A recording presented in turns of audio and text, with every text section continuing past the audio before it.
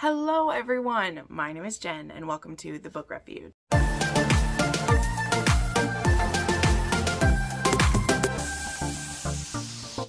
Hello friends and welcome to another weekly wrap up. Yes, I am back sitting in front of my shelves.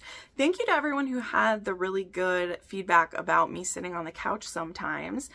It was a nice place. I will say that besides it being helpful for my back, it's not quite as helpful as a filming location because I'm pretty restricted. Anytime I move, it wants to bump my camera. Anytime I shift, I feel like I'm like way away from the camera, which I don't always love. But I may use it for more relaxed videos when I do discussions. Like if you saw just yesterday, my video about dark romance and my thoughts on why I think it needs to exist and what it brings to us in the community. That one was filmed there, and I think that was a good space for that because I wasn't recommending any books, I was doing a discussion, so I really liked that. That may be what I do from time to time because it's nice to be able to like sit like that, but now that my back's feeling better, it just feels better and it puts me in a better mindset for talking about books when I'm like sitting here. So that's part of the reason too. But anywho, I just want to say a huge thank you to everybody who's watching this. If you enjoy romance content, if you want historical, dark romance, contemporary, sports, whatever you have, I probably have a video for it. So definitely check out my recommendations playlist and subscribe to this channel because every week I'm bringing you 4 videos discussing books that I've read or recommending different tropes to you guys. So definitely check that out. And we're going to get into the 10 books that I read this week, which it was quite a banger. We've got some great stuff to talk about. So I have my notes down here, so don't mind me looking down at this. I make sure I take notes about certain things so that when I talk about it, we can keep on track here. So the first book that I finished was Mr. Heartbreaker, and this was written by the duo Piper Rain. And before I go any further, I will say that I will actually be interviewing Piper Rain on October 30th at 3 p.m. Central, 4 p.m. Eastern. Now, I know that's a bit in the middle of the day for people.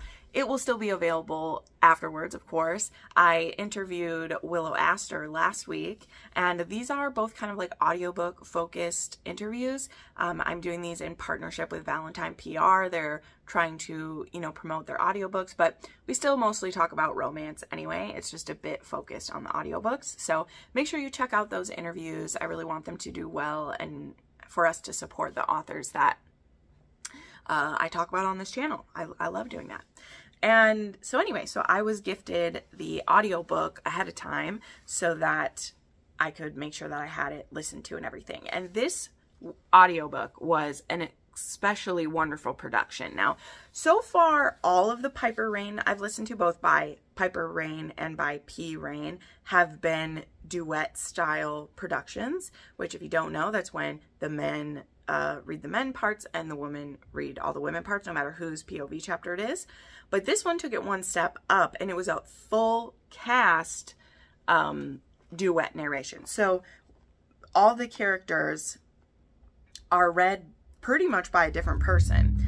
And I think that's being done this way because this cast of people are going to be the love interests in some of the future books too. So they will like play themselves through the whole series, which I love that. I can't believe they're able to do that. I definitely have questions to ask about that. I can't believe that it is probably a cheap endeavor to do, but this is fantastic. So the main two in this book were Sean Masters and Aaron Mallon.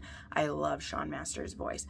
He's voiced a lot of cowboys that I've listened to, so I just have a soft spot for him for that, but he has a very like nice voice that I love. So there was also J.F. Harding, Connor Craze, Troy Duran, Teddy Hamilton, and C.J. Bloom are all cast in this. So it was wonderful.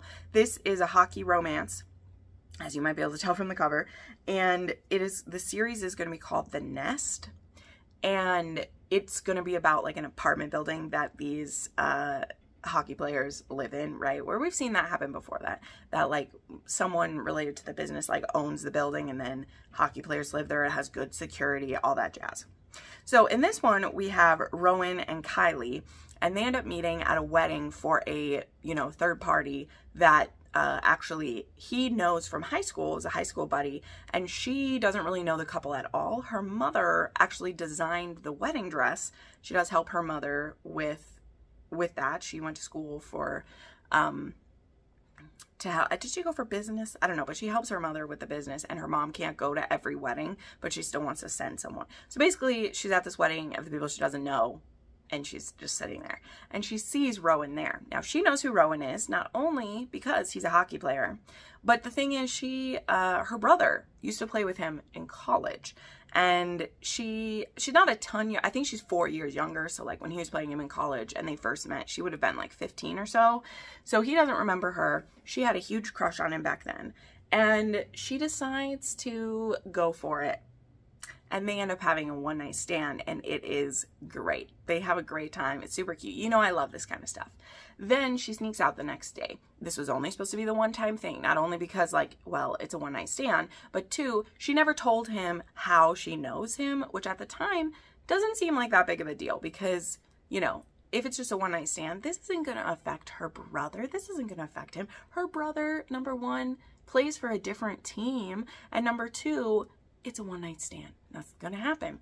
Well, turns out the next morning she goes to have pancakes with her best friend, and Rowan also goes to have pancakes with his friends. And so they end up at the same restaurant. And Rowan, he has never experienced the kind of connection that he's had with her. And he's just like, girl, we got to do this again. And she's like, no.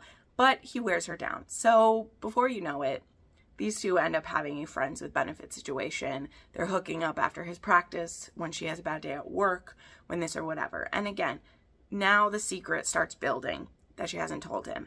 And the next level goes up when her brother and he himself pushes for a trade back to Chicago. I think they're in Chicago because he wants to be closer to his family. And he knows a few of the guys on the team and he likes them. So now this thing that nobody had to know how she was related, this lie she's been telling the whole time, which started out as just a lie of omission, has now become like she can't let anyone know. So as you can tell, this may get a bit frustrating. I will say there were parts of this that were just so cute. The banter was great. Their sexy time was great. The band of brothers we're introduced to is great. But that lie goes on way too long into the story. Like, I'm just telling you right now. You'll see it if you look at the reviews for this. I was not the only one who felt this. I already don't love hidden identity when it's this kind. I much prefer a hidden identity when it's like a purposeful, you're pretending to be someone else because you want to, you know, trap someone or you're lying. But literally this lie of omission that gets so big now it could ruin your relationship. I get a little bit like, really? Like, that's how I get about it. And it made me lose a lot of empathy for the heroine that I had, because she was going through some stuff and Rowan was like her safe place. So it's like she doesn't want to bring it into that. But she also loves her brother, and you know this isn't going to go well. And now not only is it going to mess up your relationship with your brother, mess up your relationship with Rowan, but it's going to mess up the relationship between your brother and Rowan, who are friends. So I'm complaining a bit about this, but it just made me sad because I was really enjoying it. However, I love the full cast. Their hiccup doesn't last that long, so it's fine. But again, it did make me lose a lot of like empathy for the heroine that I otherwise would have had for the situation she was in. So yeah, but because it was an ALC, it was an early copy, I did round it up to a 4, but it'd probably be a 3.5 for me, you know. It was about a 4 on the spice scale. They really do it a lot, and there's some hot stuff in here. Trigger warnings for this: there's alcoholism of a parent, there's cheating in side characters, and that's kind of it. It's a pretty, like, there's not a ton of damage to this one, but like I said, if you don't like someone keeping a secret for no reason, and not only that, there are a few pointed situations where she's actively like hiding so her brother can't tell she's with him, that I think are supposed to be funny. Like, they're supposed to be funny. You know, if you've been watching this in a rom-com and it's like she's with him and her brother like knocks on the guy's door, and so she's like, I gotta take a shower, and she jumps in the shower and her brother's like there, you know. And there's another scene where like they're outside like kissing, and he walks up with a group, and so she puts her hoodie up and changes her voice like he's not supposed to know. So I know those are a little bit of spoiling it, but I'm just telling you, they may irritate you. But it was still cute, and I'll say this, I very much can't wait to read the future ones, because some of the people you get introduced, there we go, to are really fun. So it is like a lot of other Piper Reigns of mine. I had a good time with it, and I'm going to keep reading this author. So, yeah. All right, we got to move along because we got some good ones. Okay, next up, though, I mean, I won't talk about this book too long, but I read Jade War by Fonda Lee. Woo, here it is. Here it is. Been reading this series. I read the first one in September, and now I read this one. I'm listening to the audiobooks, and this series is trying to break me. Okay, the series is trying to break me. I'm reading this because big sis, Crystal, loves this series. She's cried over this series. I'm not sure why when my friend cries over a series so much, it means I want to read it. Because I don't like angst much. I don't like it much. Especially when it's in a book that I have no idea if this series will have a happily ever after. I don't know. Okay. But as I said, this is the Greenbone Saga. There's one book left, Jade Legacy, and I do have it on my KU because this book is on KU, which is great. The series is awesome. And the audio upgrade is a lot cheaper if you get that, of course, too, which is great. I love when that happens. These are narrated. I'll just say that. These are narrated by Andrew Kishino is his name. Yeah, Andrew Kishino is his name. And he does an amazing job. I love listening to him narrate. But we are introduced in this series, you know, back in the first one, to the Call family. And the Call family are one of the, like, reigning families in K-Con. And Jade is used to be powerful. It's like it powers you up. If you are able, if you're someone who's able to manipulate Jade, it can give you superhuman strength, give you superhuman hearing. Some of people, it gives them like other strengths too. It's a bit different to each person. And then there are people who are stone eyes, which mean they're from a family who can manipulate Jade, but they can't. And then there are people who just are like very low level of it. You can be poisoned by it if you use more than your body can handle. It can cause you to like lose your mind. Like there's so much to it. But we're introduced to this family of there's siblings. I don't want to say certain things because I don't want to spoil things by mentioning it, but the characters, I love watching their journey, like from the beginning of book 1 to where we are now. I believe it's been like 5 years in the character's life. And we've just seen so many things happen to them throughout. And some things are just absolutely devastating. And the thing that I was pointing out when I was talking with Crystal, as well as with Joe, my friend Joe is reading this series too. She's actually finished already because she's not pacing herself the way that I'm like, I have to pace myself because I don't know what's going to happen. I tell you guys again and again, there's a reason and a promise I make to myself that I like romance for a reason. Okay. It's the reason why I can read so much and so fast is that each book I read, I know that I'm like guaranteed the happy at the end. So I just go through it. I'm like, okay, no matter what I'm getting through, I'm gonna do it. This series, I don't know who will make it to the end. I don't know what will be left of this family I love by the end. What will like, I have no idea. And that terrifies me. And so this series is very difficult for me to get through. Not because it's hard to like read, but it's the emotional damage is hard to take. And it's also interesting because the emotional damage doesn't always come outright in the deaths of people. Like, of the characters I really care about, there haven't been too many deaths of characters I love. It's the emotional things happening to them. And again, getting back to what I was saying, one of the things I was pointing out to Joe, because there's a few things that are trigger warnings in here. I'll get to those at the end. I know not everyone who, you know, reads fantasy needs trigger warnings for them because, oh, it's not romance. And I'm like, I don't care. I still need trigger warnings for certain things. But when you read a book, these are written in third person, which a lot of fantasies are. It's easier to disassociate in a certain way, right? Like you're reading the story of someone else. Whereas when I read romances and they're in first person, I'm very often you know, whoever the hero is, cool, but I'm putting myself in as the heroine. And so everything that's happening is very emotional. That's why an assault is hard. You're in their head. That's why the death of a loved one is hard. You feel like you're grieving yourself. And often when I'm reading a fantasy or a third-person story, it's easier to put a little bit of distance. A very talented author will still pull you into it like you're right there, but I personally emotionally can like come back just a little bit to be like, okay, this is tough, but like, all right.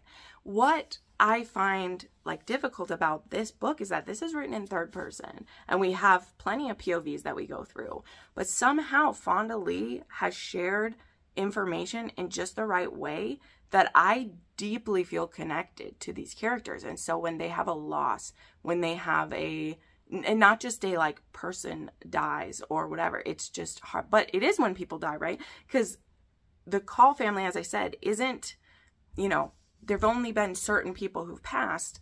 Because I'm so close to these characters, their loss, I just feel it. Even though I didn't like care about that character as much who died, I just feel it so much. And there are a couple particular scenes in here. One very particular scene near the climax of this story that I didn't even finish the scene. I put down my book, I turned off my audio, and I wrote out this huge, I was actually on my computer, so I wrote out this huge message to Big Sis, and I was ready to rage quit this book. Like, I was going to be like, if such a thing happens, I can't continue. And I had even sent it. And then I turned my audiobook back on, and 2 paragraphs later, they explain what's really happening. So I went in and like deleted that message. You know, Instagram lets you unsend something. And I unsent it, and then I sent back, I almost rage quit this book. Because I was like, if this certain thing happens, I can't. Or it would have been a long time before I pick it up. Whereas currently I'm planning to read book 3 next month. I wouldn't have been able to do that. So anyway, I know I've said a lot without saying anything. The point being is that there's no romances in these. There are people who get together with people, but we don't talk about how they're falling in love. This isn't that at all. There's no romance.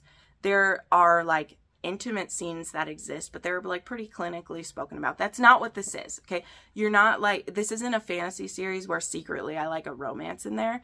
Like, that is an Empire of Damned. There is a romance, there's a couple romances in there that I'm rooting for, and it's terrifying because I don't know who will die. But I secretly like the romance in it, right? This does not have that. It is completely, I love the characters, and I don't care who they're romantically involved with. Like, I love them, and I'm terrified what's going to happen. So I wasn't going to talk about this that long, and there I went. So this is a 5-star for me. It's excellent, and I'm terrified. So yeah, take that for what you will. The audiobooks are excellent. Again, it does feel very Mafia-esque. If you read a lot of Mafia like me and you like fantasy, like you're not as like so worried you'll hate something, go for it. Now, the trigger warnings, as I said, there are some trigger warnings in here that I wasn't prepared for because nobody really puts trigger warnings for fantasy books, but I'm going to share them with you so that if you read it, you know. There's death, violence, drugs, abortion, and war that happen in this one. Okay, so be prepared, particularly for one of those I mentioned. I had no clue that that was going to happen, and it just like happened, and I'm like, I was a bit shooketh. Okay, moving on, because we're as usual, we're in here. Okay, a new release that I was so happy to review was Ruin by Jillian Eliza West.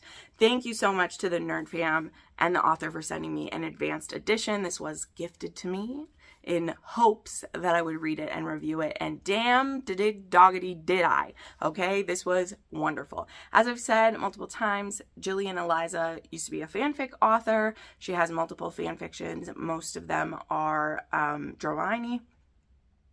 And she recently actually just published one that was called The Gallows. She also published In Silence and Submission, which was a favorite last year, so I was very excited. This book is a Hades and Persephone inspired is what I would call it. She just says it's like Greek inspired, which it is. There's lots of gods mentioned in it, but very clearly in this world, there is a split. See, she sent this cute little map. This is so cute. There is the kingdom of Aethra, which is like the kingdom of the living, and there is Infernus, which is the kingdom of the dead. which is where we'll be spending a lot of time in it. So in this book, we have actually Aurelia, who has been raised in, you know, the court of living. That's just what I'm going to say. There's so much more to it, but we're just going to call it the living and the dead. That's how we're going to do it, right? And you'll see where the, like, Hades and Persephone part of it comes. But she's been living there. She has a ghastly curse that anyone she touches with her bare skin crumples to ash. And she's had this power since she was about 5 years old, and she was actually bitten by a demon who was from Infernus. It was Luce and Aethra, and she has these scars on her wrists that have like turned, I think they're like black, almost they look like a tattoo, but they were scars. And she's had that power ever since then. It was very shocking. She killed one of her nursemaids, like she's crying in her arm, and she touched her and she turned to ash. And ever since then, she is supposedly a ward of the king there, whose name is King Typhon. He's her adopted father, but he's also kept her very sequestered and isolated, and she's basically a prisoner, though in the beginning of this story, she doesn't see herself as that because she knows that she's dangerous. She knows that her power is scary, but she's also, you know, an immortal, and she's lived 240 plus years without the touch of another person. She wears gloves all the time, you know, so she's never been kissed. She can't even be comforted because it's just too dangerous to risk touching her and literally crumbling into ashes. Like, it's impossible. So she just, yeah, all these things. Now, there's a point at the very beginning of this book where she is kind of like mistreated by King Typhon, not in a physical sense, right, because he can't touch her, but she has like a outburst, and it ends up killing someone when this outburst happens. And so she runs away. So she runs away from the castle, and she ends up stumbling / fighting her way into Infernus, and King Renwick, which we'll call him Ren, he has been watching things in the Kingdom of the Light, and he is a great enemy of Typhon, and not just because they're king of the dead and king of the life, like there's many other reasons why they're enemies. And he's been trying to find ways actually to rescue Aurelia from there. Now, she's not going to see it that way, but he is trying to rescue her for a few reasons. But that day when she makes a run for it because she's scared, he makes it so she's able to make it into Infernus, because normally you're not supposed to be able to travel between the two that easily. And he makes it so she can make it there. And now she's being held prisoner by him. Now, again, with him, he's not completely holding her prisoner either, but in the beginning he kind of is, because he's like, you need to think about what's going on first. She's heard only bad things about him. She thinks he's evil. She believes that he's someone who has abused women in a bad way, that he's just evil because he's the king of the dead. Just all of these things. There's also a lot of dead souls that are wandering around Infernus that are looking for peace, and that's something that it's his job to like help them find. But again, she doesn't see it that way because she sees people screaming and crying and thinks they're being tortured when really it's them working through things. Anyway, don't want to spoil all that stuff. So in the beginning of this, you can see where this very much feels kind of like a Hades and Persephone thing, where like she's there, she's learning about this god of the dead, this king of the dead, and like what his kingdom is, and how, you know, this ragtag group of different gods who all have hatred for Typhon have coalesced here in Infernus, and she's gonna, you know, start unraveling the secret. So it also has some of those like, you know, ACOTAR vibes, right, which again are kind of a Hades and Persephone thing too. So you see, it's all circular. So yeah, and so while she's there, it slowly gets to know him. And also the very most important thing is very early, like in one of their first interactions, when he won't let her leave, which now remember, she just ran for her life because she was afraid that Typhon was going to retaliate against her for what was an accidental death. He's like, you can't just leave. She takes off her glove and touches his face, expecting it to kill him. But it doesn't, because he's the god of the dead, and you can't kill him. So she's found someone that she can actually touch. And in the beginning, she wants to use that touch to kill him, but now it's like, oh my God, I can touch this man. What does that mean for me? You can probably guess. So this is the first part of a duology. I know most of you won't want to read it if it is, but she is a debut author. So even if you're not ready to read it now, I highly recommend maybe you go purchase it or save it to your Kindle so that you can at least help her out now. Again, I totally understand. I don't love reading the first in duologies either, but I really wanted to help her out, and I was so lucky to get that arc, so I definitely did. And oh, what did I rate it? Oh, it's 5 stars. I loved it. I loved it. I loved it. I loved it. It was wonderful. I gave it 5 stars, and it is a 3 on the spice scale. And there is death, torture, and violence, as well as, you know, mystical and magical stuff too. Okay, then I just wanted to read something a little bit, what I thought would be a little bit silly. And I had heard about this one coming out, and then I forgot about it. But this one is called Well Bred by A. Anders, and it is exploring breeding kink, of course. If you have read any of the A. Anders titles, not the Adriana Anders titles, but the A. Anders titles, they are often find a certain kink and then like kind of focus on it. So yeah, Well Bred is about Kit, who I believe she's 40 or she's in her 40s. She is getting divorced from her husband, who is one of those cases where he didn't want kids. They waited and waited and waited, and now he has his mistress pregnant, and she's left, you know, without anyone to have kids with, and that's something she really wanted. So she's planning to do it on her own, but the like fertility treatments and the insemination is very expensive, so she's saving up to do that. She currently owns a restaurant that she runs, and so it's going to take a lot for her to be able to afford this. Then we meet Jake, who, this is a younger man romance. I think he's 8 years younger than her. And he has just, well, not just, but like he's been released, no, not just. Okay, finish this. He was in prison with her brother at one point. It was a long time ago. He's been out of prison for a long time, but her brother, who's in prison for reasons, we'll get to him later maybe, asked Jake to check in on her now that like she's getting divorced and she's on her own. And so Jake, who normally, which it's funny how the world works, he is actually an underwater welder, which if you're a deep sea welder, which I have, that is the single most dangerous job in the world. You can look it up. It is. I've watched a lot of videos on it. Maybe you've heard of the dolphin incident. It's intense. And so he will do different jobs doing that. And right now he's on a leave period. And so he's come to check on her. And he ends up becoming a cook for her for a little while.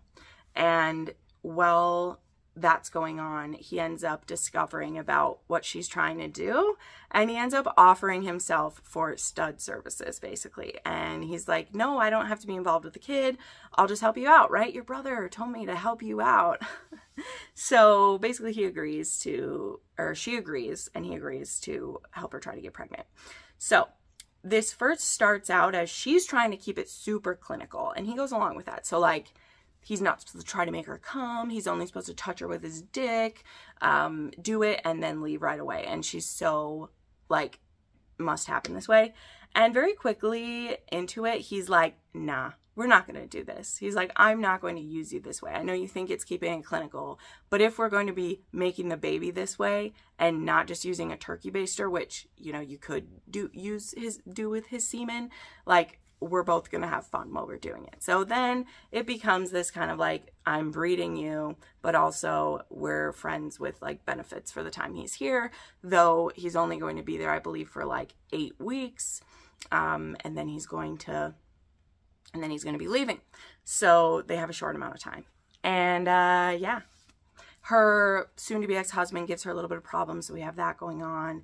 But yeah, this was really hot. It was good.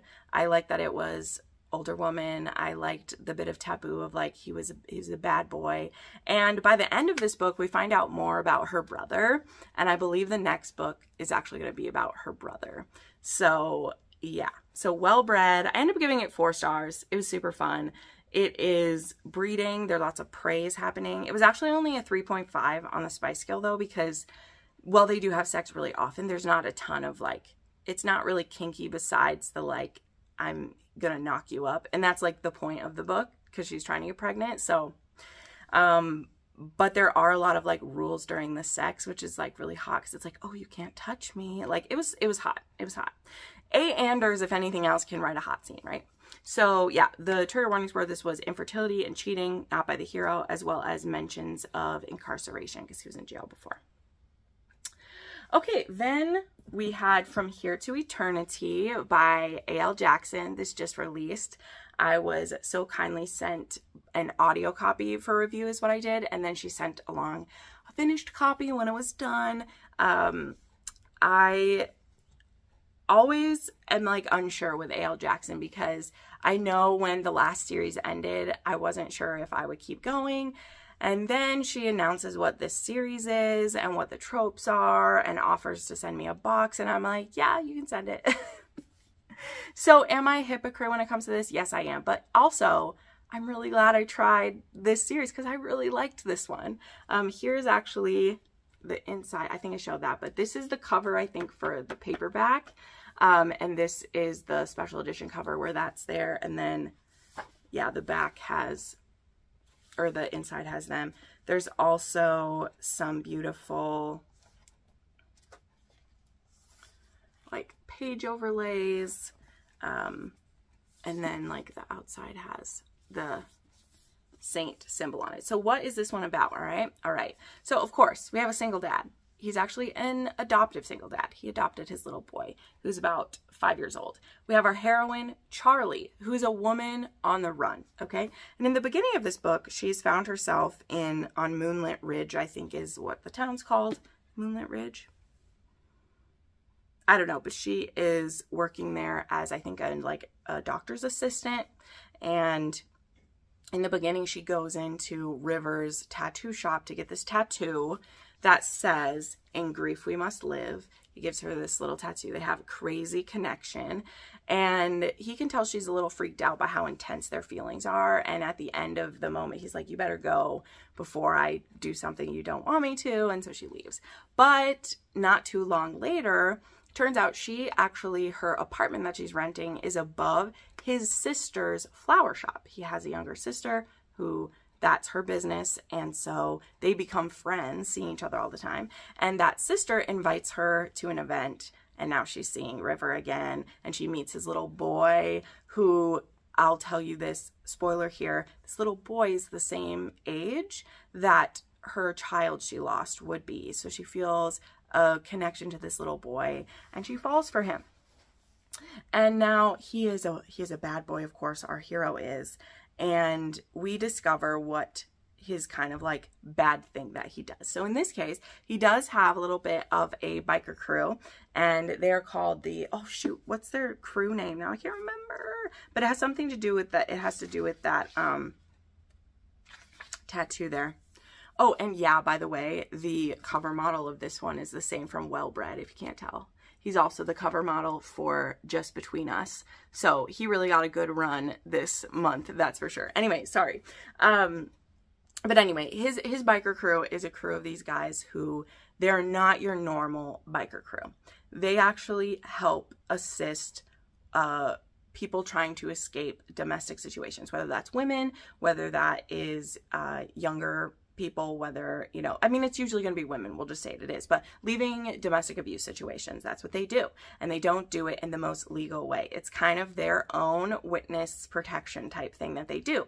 So there will be victims there are people who will reach out to a certain person who then directs them to this crew, and each member of the crew has a different job, right? So River, his job is the extraction. He's the one who goes in, he takes the most risks on it, honestly, to get either a woman and children away, or a woman or whoever it is away from a bad situation. And then one of the guys is in charge of like the ID, one of them's in charge of finding where they go, like all of those things happen. And he that's what he does. So he sees himself as such a bad guy, and that is a little bit like, dude, you have to know you're not a bad guy. You're saving these women and children.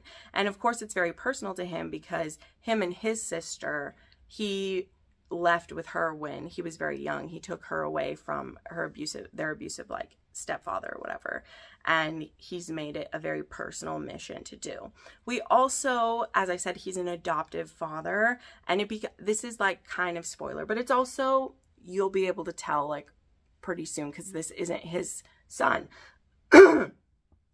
This boy is a boy that was rescued, but he wasn't able to rescue the mother. So he adopted this little boy because the only person who would have like been left to take care of the boy would have been the abusive husband. So instead of turning the child into like child services, where he would have been placed with the abuser that the woman died to get away from, he ended up taking him. So he is a bit of a criminal for how he took this little boy, but sorry, my throat's dry.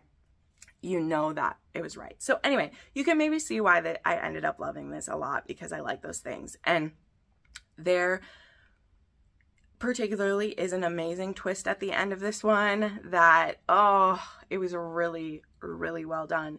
And as always, her audiobooks are spectacular. This one was narrated by Andy Arndt and Austin Stone. I really like Austin Stone. I've only listened to a couple with him, but I don't know if it's a pattern or what it is, because it has been like the first books in series that I've liked the best from her.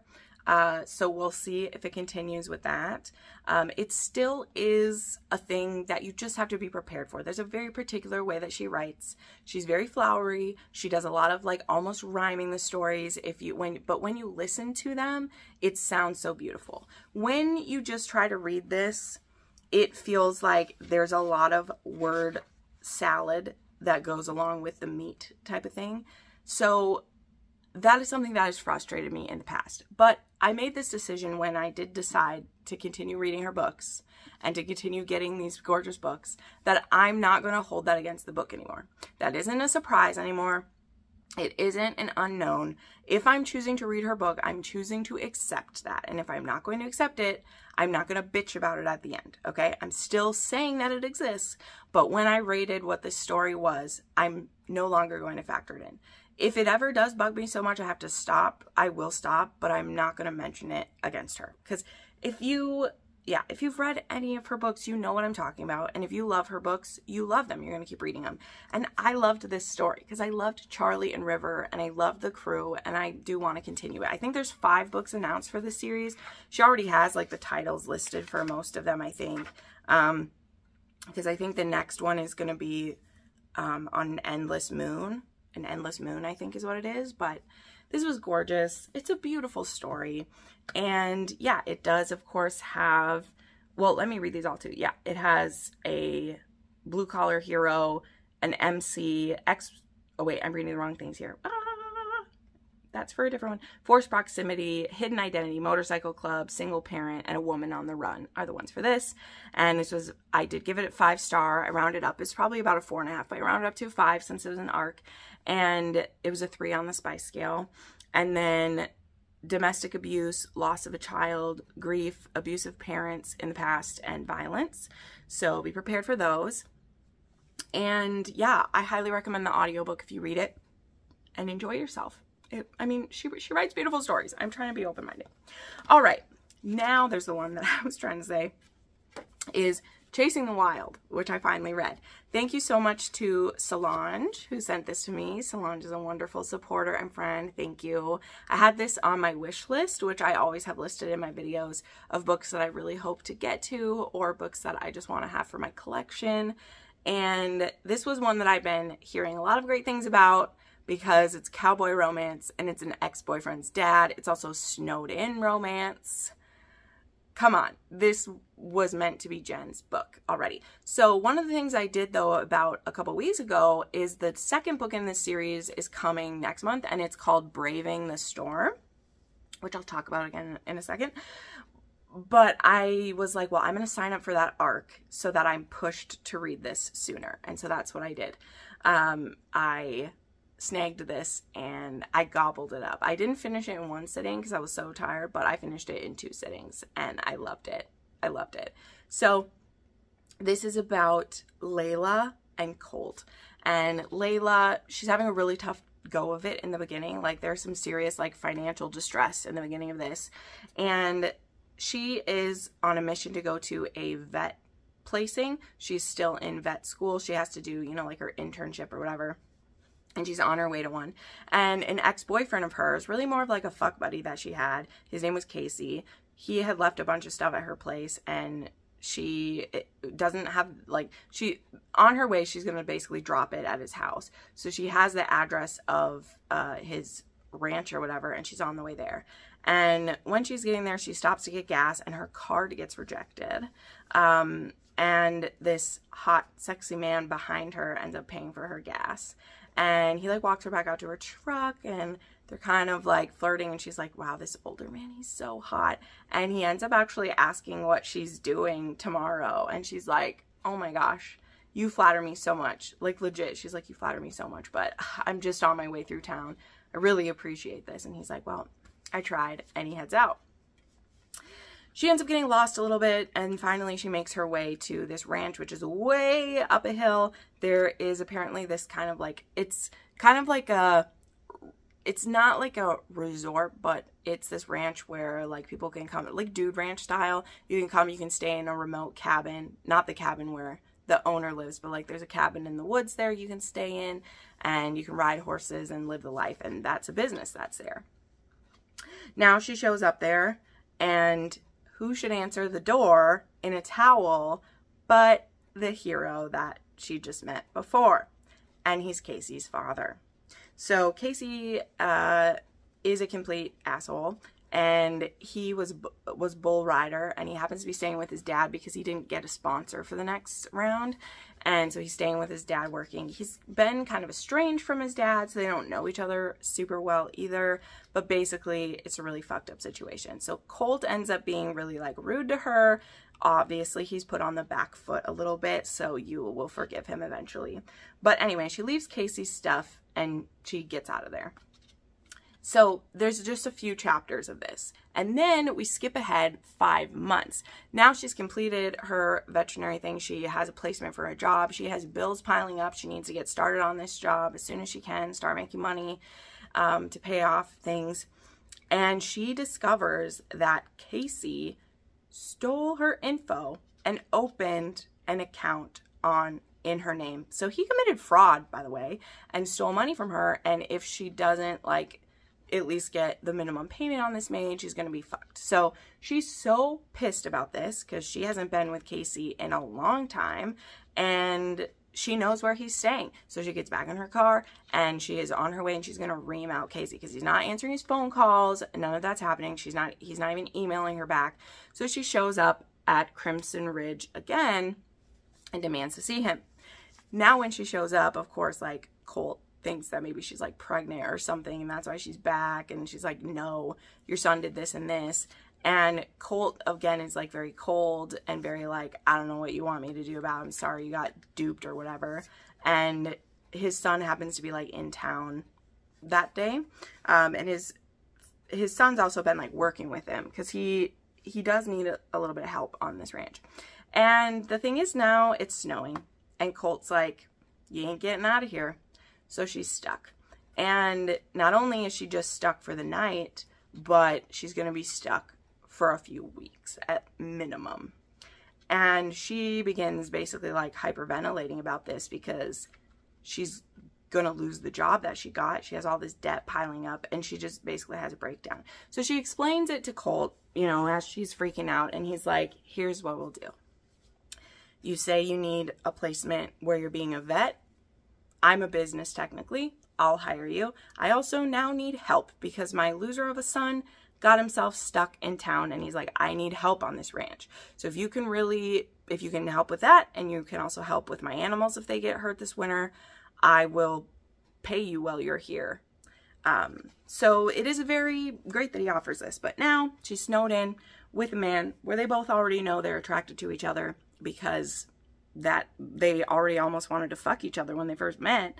And now, though, because he does want to keep his relationship with his son good, they're not gonna like jump into anything, you know, but it is torturous. So this book, like, super hot, right? They're boiling with tension for each other. It's great, okay? He's also very grumpy type, very grumpy. But the thing is too, this ended up being way angstier than I wanted it to be. It was pretty angsty, y'all, because he's torturing himself so much. And there was also a few twists near the end where I kind of wanted Colt to step up a little sooner than he did, but I also think there was growth that had to happen and blah, blah, blah. And also it's one of those where, like, so they only have a short amount of time to be fucking each other, and the author does drag it out for us for a while. She builds that tension so good. You're just ready for the bubble to pop and for them to just go at it. But then it's all fit into a really short amount of time. Now, this isn't a complaint so much as saying, like, it was then all of a sudden every single chapter had smut for like all this time, and it was a little bit like, okay, what do they, like, I want a little bit more. But we get introduced to some interesting characters up there, and that leads us into what the next book is going to be. And I actually got approved for that arc. I actually applied to get a physical arc, which was this post that I put up on my Instagram. If you saw this, they told us to apply to work for Daddy Storm. Okay, so we meet Storm, who is a fellow, like, mountain liver. He is friends with Colt, and his story is going to be about him and his estranged niece. So I believe it's like, it's step or adoptive or whatever, right? It's not gonna be a blood relation, but that's gonna be a taboo uncle niece romance. So I did apply for that arc, and I know I'm getting an e-arc. As I said, I just don't know if I'm getting a physical arc of it, but either way I'm gonna read it, and it comes out November 15th. So I ended at a 4.5 for this one, because there were just a few issues in the end of this one, and not just in their relationship, like story-wise. There was some things happening. There's someone who's kind of a villain in this story, and it was just weird. And also Casey was just weird. Like, I did not understand for what a shit this kid is, that his dad would, like, be so worried about preserving the relationship. I don't know, whatever. But yeah, I gave it 4.5. Definitely like it. Everyone who recommended it, of course, it was exactly what I needed. I can't wait to read more. So this one has trigger warnings for cheating, not by the hero or the heroine, domestic abuse as a child, attempted date rape, debt, unreliable income, and there is a mention of a character with dementia as well. So next up, we had a bit of a problem child here, which I don't want to rant on too much, but let's be real, I probably will. So I received both an e-arc and a physical copy of Icebreaker by Kat Mazira and Elise Faber. So here's the other cover of this. This is super cute, okay, super cute. I do kind of think this cover fits it. I don't know, it gives it a tad bit of a darker vibe, and I'll be honest, this ended up being a bit of a darker book than this cover would suggest, and it honestly had to do with some of the trigger warnings, which we'll get into, but let's get started off. So hockey romance. Our hero not only is a hockey player, but he's a business owner. Him and some of his fellow players own a, like, club/lounge, so it's like an upscale club going on. It has a bar, and you have to be a member to come, and so they partially all own this together. His name is Banks. Is his name Banks? I think his name is Banks. Yeah. And our heroine's name is... I literally forgot it. What's her name? Show me her name. Aspen is the heroine's name. So Aspen is on her own. We discover she's been disowned by her family, who is very wealthy. She's from a very wealthy family, but they were trying to push her into an arranged marriage, and she's like, what the fuck? No, I'm not gonna do that. And so she was cut off. So she's moved where she's moved, and she is on her own, and so she's working 2 jobs. One of them, she is actually someone who cleans up after hockey games. So she works at night, like after a game is over, and is like cleaning through the night. And in the morning, sometimes she runs into cocky hockey players who are flirting with her. And then she also gets a job working at the Sapphire Club which is the club that they run. She becomes a bartender there, where he also proceeds to flirt with her. And she's a very grumpy black cat, and she, you know, hisses and spits at him, and then discovers that he's one of the owners, and she's like, oh god, I'm gonna get fired. And he's like, no, you did not. But he also pushes back when she's getting really mad. She's like, you're always doing this. He's like, have I ever touched you? Have I ever said anything genuinely inappropriate? No. Please don't put me in the same category as people who do that.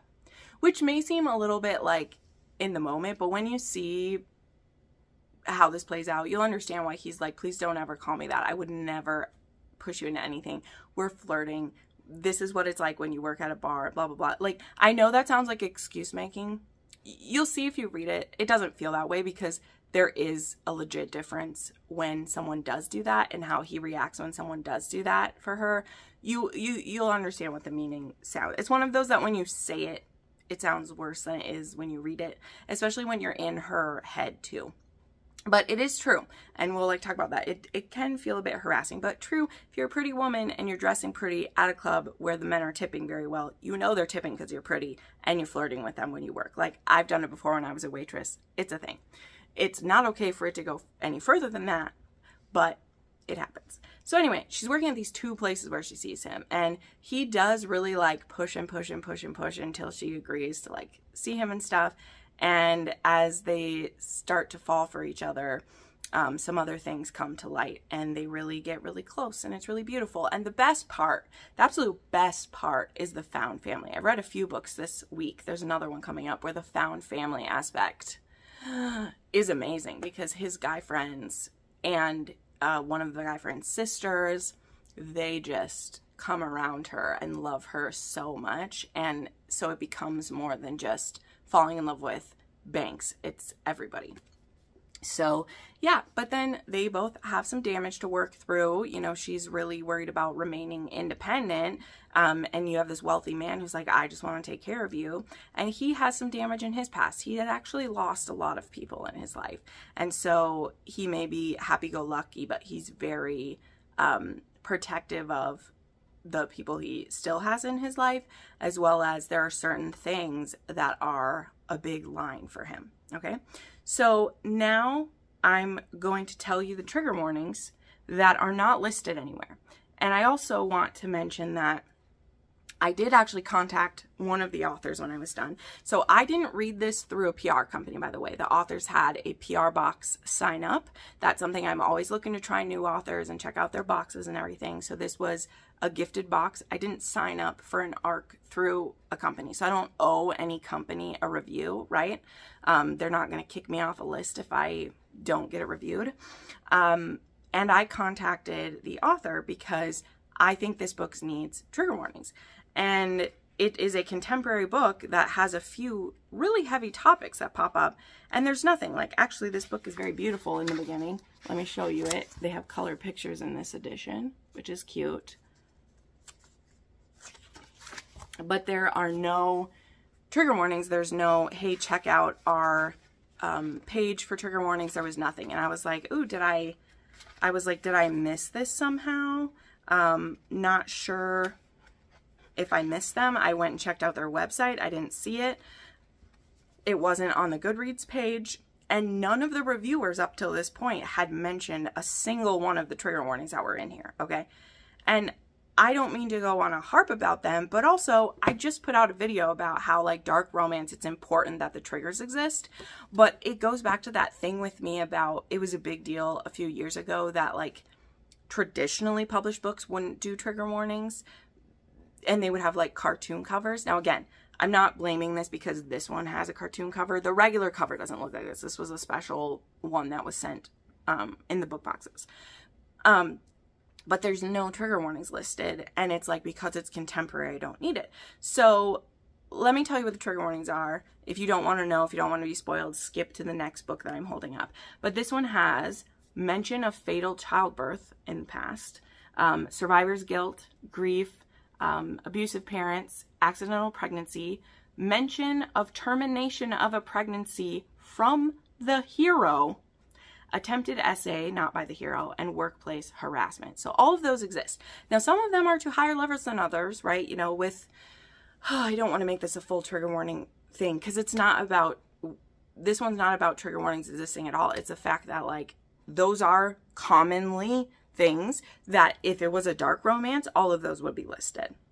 But there was none of them. So before I get into what disturbed me about this one, I did reach out to the author. I said that I was very kind and I was like, hey, I don't know if you had sensitivity reader tell you this or whatever, but as I was reading, I was coming across some things that I was like, oh, did I miss a trigger warning? And I said, when I went to look in the front of the book, I looked at your website, I looked at your page, there was no trigger warnings anywhere. And I'm just wondering if you do trigger warnings, and if so, you should. And she very kindly wrote back and she was like, first, I'm sorry if anything did trigger you, but I have done trigger warnings before. I guess I didn't know which things were trigger warnings in this one. Would you tell me what it was for you? Which was very respectful answer. It didn't feel condescending at all. And that's why, like with my message, I wasn't trying to rail at them, okay? Because some people just don't realize that their contemporary romance should have it, okay? They just don't think about it. And so I wrote back and I shared this list of them. I was like, these are the ones I noticed. I was like, I'm not sure that this is all of them, but...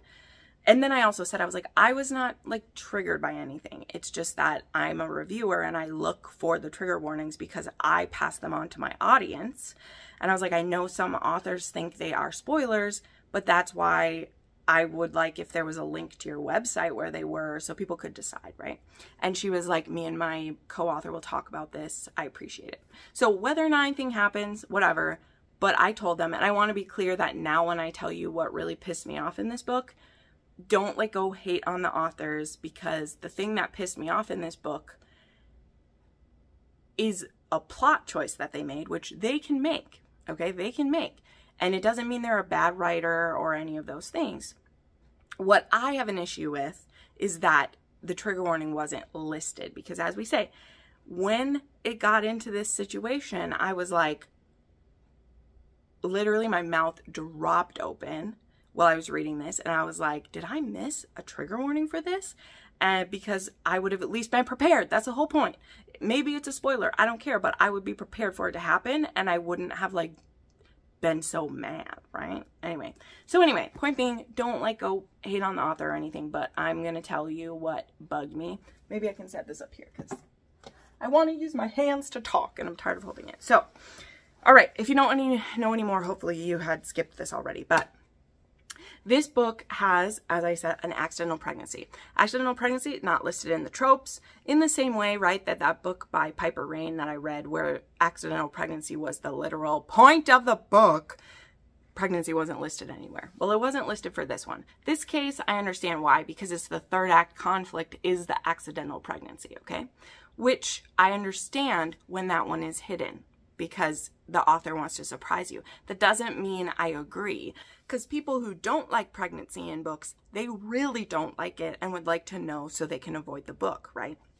In this case, if you heard what I said for the first trigger warning, it is mention of a fatal childbirth. Now that fatal childbirth was the hero's mother, okay? So he very much is terrified of a woman he's with being pregnant. It's not so much that he doesn't want children, but he doesn't want his girlfriend to be pregnant because it scares him, okay? Now that isn't really talked about too much before we get to this conflict scene. We know his mom, he's never had his mom, and that things were hard, blah, blah, blah. And eventually we find out like he blames himself that his mom died when he was born. That is a thing we've seen plenty of times, right? It happens. But when our heroine discovers she's accidentally pregnant, I won't go in through the whole story of it. They have not up to this point talked about like why, because the only time pregnancy is brought up is when they're talking about protection, and he's like, I just don't want you to get pregnant, and she's like, oh, don't worry, I don't want to get pregnant either, thinking this is the same level of just like, we've just started sleeping together, we don't want to be pregnant, which is the normal reaction anyone would have. So she doesn't think anything else of it because she doesn't have context. Now we're many times later and she discovers that the birth control she had It didn't work, blah, blah, blah. Again, we won't get into that. That happens in stories plenty of times. That stuff doesn't work.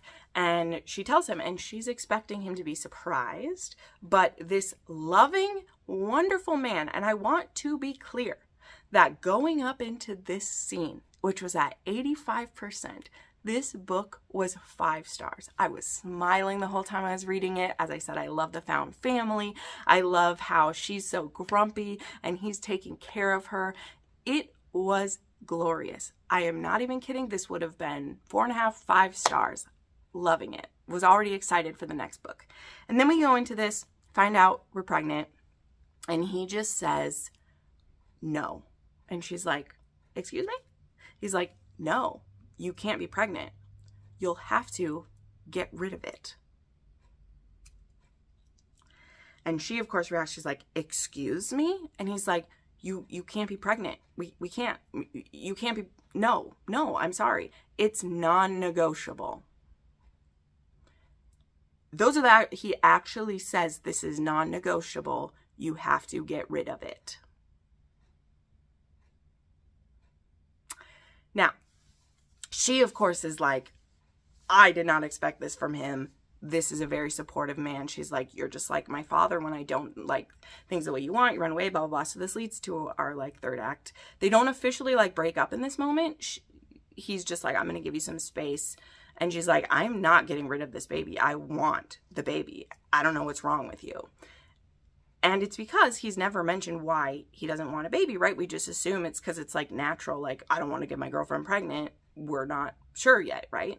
Not he has a deathly fear of his girl being pregnant because she will die, okay? So here's the thing of all of this. Where this is going to go, like, she, of course, finds out why he was upset. He realizes he needs to not be so scared about the future, and they work it out. And it's okay that they work this out. Like, it's totally all right. I, as the reader, I understand his reaction. I understand it because he loves this woman and he believes that his baby could kill her, right? So he's scared. He's not the first man to think that. It's fine. The problem I have with this book and why my mouth dropped open is that you have the hero who for 85% of the book has been a dream man speak from his mouth, you must get rid of it. It's non-negotiable. Okay? Whatever your feelings are about if she should, her choice is she wants to keep the baby. So when we talk about choice, like her choice is she wants to keep the baby, doesn't even think about that option that he mentions. So this isn't a conversation about like, let's talk about our options. He says, you get rid of it. This is non-negotiable. And she's like, and me as the reader, I'm like, so yeah. So to wrap this all up, this book went from a 5-star to a 3-star because there was a way, a very easy way to still have him react in the negative and not have the words out of his mouth be, it's non-negotiable, get rid of it. Because those are the words that come out of the ex-husband's mouth. Those are the words that come out of the ex-boyfriend's mouth. I've just done a whole video on it's not his baby recommendations, right? The words that came out of Banks's mouth are the words that start a book where the heroine leaves that jackass and goes and finds someone who will love her and her baby, and it will be not his baby, okay? Like, literally, I was like, wow, he just became the ex. Like, that's what I felt. That's not how the story plays out. Again, there's reasons why he is so upset. And I have compassion for them, what the authors could have done. And I know I hate rewriting people's stories, but I'm telling you, the only difference they had to make is to have him instead shut down. Have him have the like PTSD reaction of like no reaction, which we've seen 100 times. Instead of him literally telling her to have an abortion, that is what he says to her face, have him say, I can't be a dad, and like walk out on her. That still makes her feel rejected. That still makes her question him, but it doesn't have the hero say those words, because to me, those words are unforgivable, no matter what his reason is. he could still feel those feelings, but he could have not said those things. You know how they say, don't say things in anger you'll regret? Those are words you'll regret, and they're words that I would not forgive. And the heroine may forgive them, and the story may forgive him, but like, I don't. And that's more important than the heroine forgiving him, is like, I need to believe the story. So anyway, all of that to be said, a big chunk of this is fixed by warning people that it will happen. And then also, you know, you could have had him not say anything, because again, we've seen that happen. There's a lot of books where the third act surprise is a pregnancy and the hero just like freaks out in the moment and doesn't say the right things, but he doesn't say the wrong things like that, right? How many other books does he do that? I just read one like last month where it was like one night for forever or whatever. The hero actually does want the baby, but he's so overwhelmed and is just like, and she's like, you're not supporting me. And she runs away, right? And then he takes a beat and then the grovel happens. And he's like, no, I was just overwhelmed, whatever. And I'm not mad at the hero for freaking out, because you do freak out if you find out you have a new life coming. So my rant on this stands that I won't ever read this story again. I still want to read the next one. That's the thing. Like, I will read more, but this story itself was irrevocably ruined for me when those words came out of his mouth. And others may not feel that way. That's fine. But he could have reacted in 100 other ways. And I just don't forgive someone saying that to her face, no matter what the situation is, because not only is that so like anti-choice, you were like, get rid of it. It's non-negotiable. I won't stay with you if you keep this baby. It was just, I don't think he needed to react that way. I think he should have shut down. That to me would fit his character more too, is if he was just like, I can't handle this, and leaves, right? Which is still him leaving her in a vulnerable moment without the irrevocable words being spoken. So I spent enough time on it. Again, there were no trigger warnings for any of the things I listed, but hopefully they will add them, because if they add them, then at least like other people will be warned about that, and then it's up to you if you like how they presented it or not. But I think people should have a warning to know that it's going to be talked about, as well as, like I said, there is a workplace harassment that's almost an essay that is pretty intense, and that wasn't listed. I think at least that was listed. So yeah, okay, we still have 3 books to get through and we're doing along. But anyway, sadly, this book I really wanted to love, I'm putting it at a 3 star. So I'm not rating it yet because it is an ARC. And even though this wasn't from a PR company who asked that, I'll be respectful. So I wrote a review. I said the stuff about the trigger warnings, but I didn't put a star rating. But once it's been like a week after release, I will put a 3 star on that book, because to me, that's a bad mistake. It's a bad one. Okay, 2 books to go through quickly because they're rereads. I reread Twisted Emotions and Twisted Pride because I annotated these for one of my annotated pre-orders, which I will be listing again, I believe, next week. So if there are books you would like to have me annotate, make sure you check that out. But these are the last 2 I had left from the last pre-order. So I just need to transfer the notes for these and get these shipped off to, I think they're going to be for is it Heather? I think they're for a Heather. So Heather, these will be coming your way. But yeah, these are books 2 and 3 in the Kimura Chronicles. They're some of my favorite mafia romances all time. I reread both of them, and they're both still 6 stars. I loved them. I love them. I love that I reread these, and I still love them so much. It's been a couple years since I reread them, and it makes me absolutely devastated that I think Cora Riley's writing is nowhere near as intelligently thought out as these are. Like, at this point, I don't even care that I'm throwing that out there. I just don't feel that they are, and I stand by it, especially after rereading these, which were written in 2019, so 6 years ago those were written. And it's not that they're like overly sophisticated, it's just her characters were so alive and so unique, and at the time I'd never read heroes written that way, and the heroines were just this perfect balance of like being physically weak but mentally tough and willing to face down these terrifying men and literally bring them to their knees for them. Like, there are so many books we read now that you see this dynamic repeated in later, and it devastates me that the quality of writing we're getting now is nowhere near this. Like, it's just not. I will stand by it. It's not. But so those are both 6-star books. They're wonderful. Definitely great. Okay, now the last one to talk about is actually out already. The audiobook got released early, so I had an ALC of this one, but we still had until the end of the month to review it since they gave it to us early.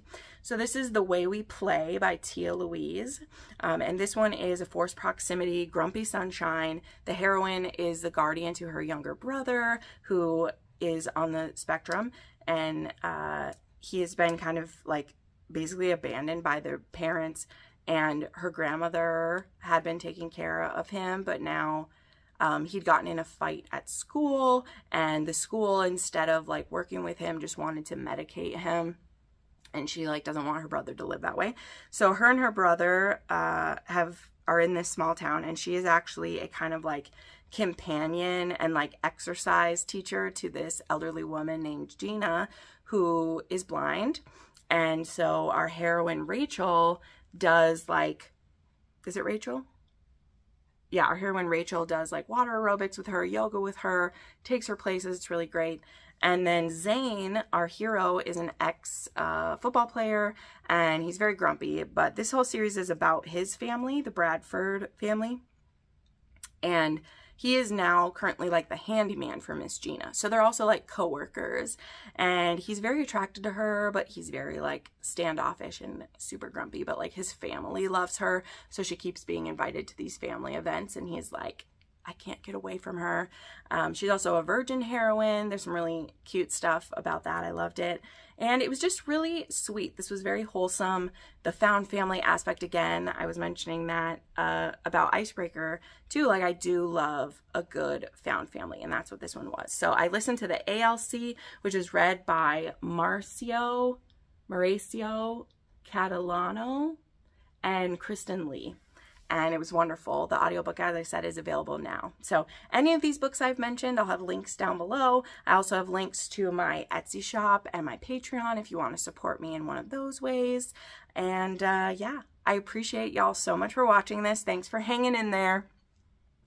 And I won't have a weekly review wrap up next week because my bestie, I'm going to Duluth, Minnesota to visit her. It's been a long time since I went to see her. So I won't have a weekly wrap up until November. But we will be starting the fanfiction readathon in November too. So that'll be cool. But anyway, wrapping this up with you. I hope y'all have a wonderful week. Thank you so much for watching, and we'll see you next time. Bye.